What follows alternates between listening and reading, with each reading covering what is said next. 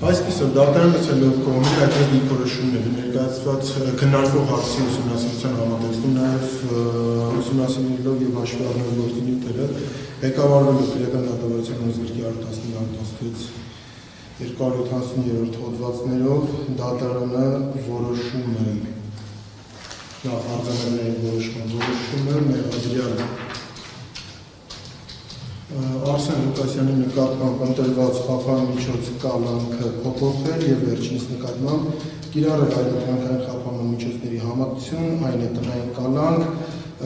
գրավ 1 միլիոն դրամի չափով եւ բացակայելու արգելք։ Պարզաբանում որ Արսեն Լուկասյանը համարվում է այս բանից սկսած ազատ արձակվող արգելի գործերին դուք ազատ եք, միևնույն ժամանակ արգելի մասնակիցների մի փոքր պատճառաբանություն ցանկանում ներկայացնել, իհարկե որոշումը թղթային առումով բոլոր կողմերին հասցեագրվելու է, բայց որոշակի պատճառաբանություններ, որովհետև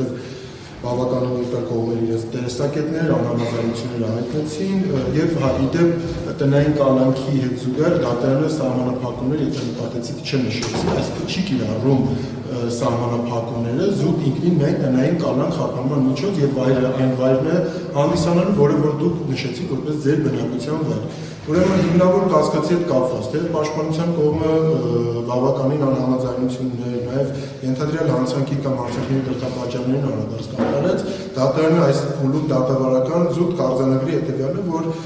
հիմնավոր կասկածը դեռևս 07/12/20 թվականի որոշմամբ արձանագրվել է եւ սույն փուլով պայմանավորված դատարանը արձանագրել է, որ հիմնավոր կասկածը ինքնին առկա է հաղթահարվում է Ինչ վերաբերում է պաշտպանության կողմի հայտնած առավել մանրամասն դիրքորոշումներին, ապա հարկ է նշել, որ դատավարական սույն փուլում դատարանը անձի մեղավորության կամ անմեղության հարցեր քննարկման առարկա չի դարձնում, այլ զուտ հիմնավոր կասկածի շեմի հաղթարման հարցն քննարկման առարկա դարձնում, դատարանը գտնում է, որ շեմը հաղթարված է։ Ինչ վերաբերում է անհրաժեշտությանը, այսպես ասած հիմքերին, հարգելի մասնակիցներ, թեև 10.07.2025 թվականի որոշմամբ ըստ էության արձանագրվել են 3 հիմքերը, դատարանը դատավարական սույն փուլում առավել իրատեսական է համարում Ղուկասյանի կողմից հանցանք կատարելը կանխելու հիմքը։ Նախ անդրադառնամ այն հանգամանքին, թե ինչով պայմանավորված թաքնվելու եւ ոչնչացնելու հիմքի ռիսկ դատավարական սույն փուլում դատարանը չի տեսնում, ամենայն դեպս այնպիսի բարձր հավանականությամբ տեսնում, որը կարող է անձի կալանքի կամ տնային կալանքի հիմքը հանդիսանալ, որովհետեւ թաքնվելու հետ կապված դատարանը այն մոտեցման է, որ ինքնին անձի մեղսադրվող ենթադրյալ արարքի ծանրության աստիճանները անկախ ծանրության տեսակից չեն կարող տրվել որպես խափանման միջոցի հիմք, բացի դա ուշադրության արժանի է, որ սույն դեպքում գործում առկա չեն տեղեկություններ Ղուկասյանի կողմից թաքնվելուն ուղղված որևէ ոչ պատշաճ գործողության մասով, բացի դա էլ ոչ մեծ եւ միջին ծանրության ենթադրյալ արարքների կատարումը անձին մեղսադրվում։ Ինչ վերաբերում է խոչընդոտելու հետ կապված, ավելի համառոտ կնշեմ, որ քանի որ գործը ուղարկվել է դատարան, դժոխները հանդիսանում ռազմական ոստիկաններ եւ այս բոլորը համակցության մեջ գնահատելու արդյունքում դատարանը խոչընդոտելու հիմքի ռիսկը նույնպես իրատեսական չի համարում։ Ինչ վերաբերում է քրեական օրենքով չթույլատրված արարքի ենթադրյալ արարքի կատարել այլ կերպ ասած մեղադրելի կողմից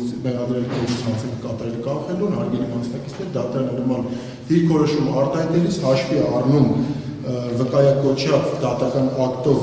CD100660123 քրեական գործը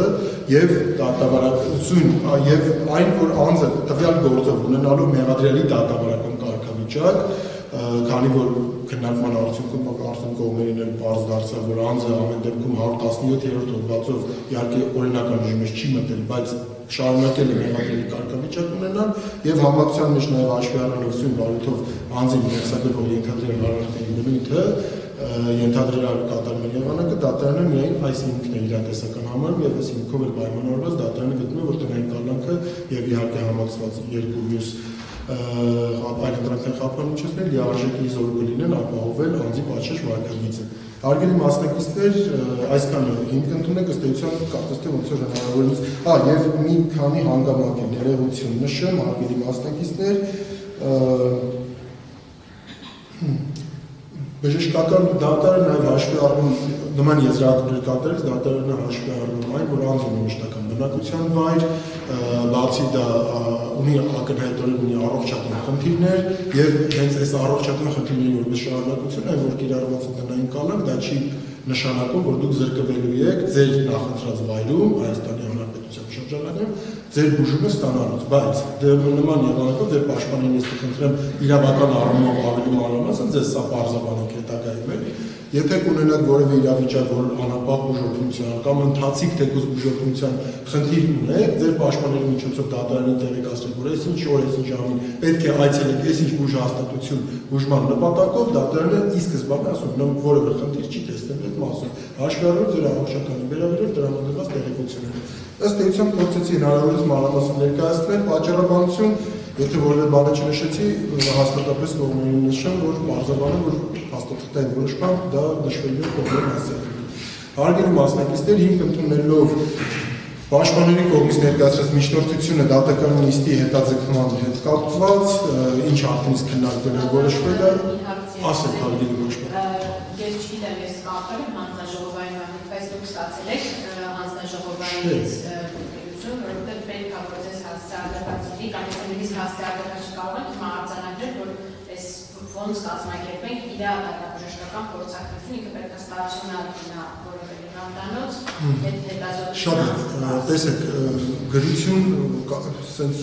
ոնց որ թե չէ, սենց ասեմ, որովհետև կարող է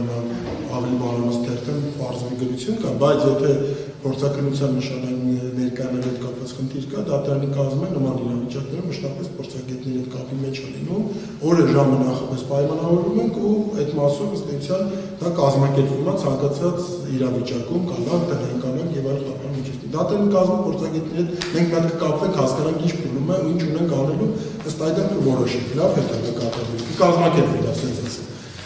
Հարգելի մասնակիցներ, արդեն իսկ նշված պատճառաբանությունները դատարանի որոշումի նիստը հետաձգել, հաջորդ դատական նիստը հասկանանք նոյեմբերի ամսին կարող են։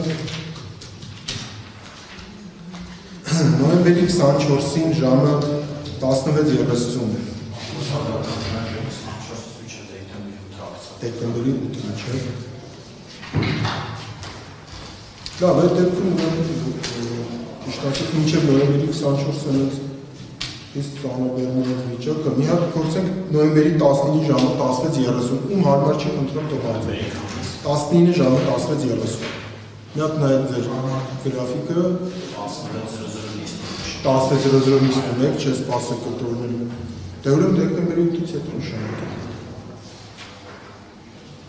Դեկտեմբերի 8-ից հետո, դեկտեմբերի 8-ից ժամը 16:30։ 8-ին, դեկտեմբերի 8-ին ժամը 16:30։ Դուք 8-ը ներառյալ եք արդյոք, թե 8-ը աշխատանք եք։ Հարգելի մասնակիցներ, դեկտեմբերի 8 ժամը 16:30, հարմար է բոլորիս։ Հարմար է բոլորիս։